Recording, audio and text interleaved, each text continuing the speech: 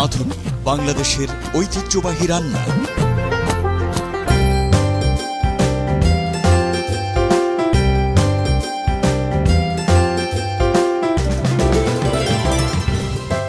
আমি মরিয়ম হোসেন নুপুর রাঁধুনি বাংলাদেশের ঐতিহ্যবাহী রান্না বই থেকে তৈরি করে দেখাবো পালং মাংস রেসিপি।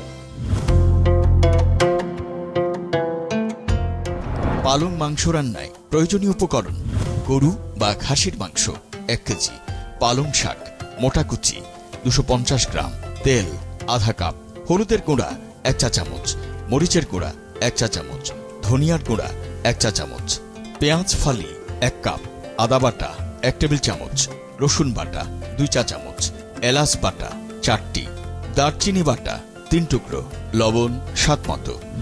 পালং মাংস রান্নার শুরুতে চুলায় একটি হাঁড়িতে আধা কাপ তেল দিয়ে গরম করতে হবে। তেল গরম হলে তাতে 1 কাপ পেঁয়াজ ফালি দিয়ে ভাজতে হবে।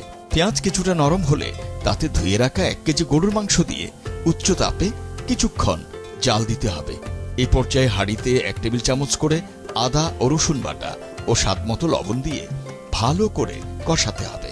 কিছুক্ষণ পর মাংসে 1 চামচ করে হলুদের, মরিচের ও ধনিয়ার গুঁড়া দিয়ে মিশিয়ে নিন। এখন মাংসে 4টা এলাচ বাটা, 3 টুকরো দারচিনি বাটা এবং সামান্য গরম পানি দিয়ে অল্প আঁচে রান্না করতে হবে 30 থেকে 45 মিনিটের মতো। মাংস সেদ্ধ হলে তাতে আগেই ধুয়ে কেটে রাখা পালং শাক দিয়ে আরো 10 মিনিটের মতো মাঝারি আঁচে রান্না করতে হবে। 10 মিনিট পর মাংসের পানি কমে তেল উপরে উঠে আসলে নামিয়ে গরম গরম ভাত বা রুটির সাথে পরিবেশন করুন ভিন্নধর্মী মাংসের রেসিপি পালং মাংস। দর্শক, তৈরি হয়ে গেল মজাদার পালং মাংস রেসিপি। আশা করি আপনাদের ভালো লেগেছে। রাঁধুনি বাংলাদেশের ঐতিহ্যবাহী রান্না।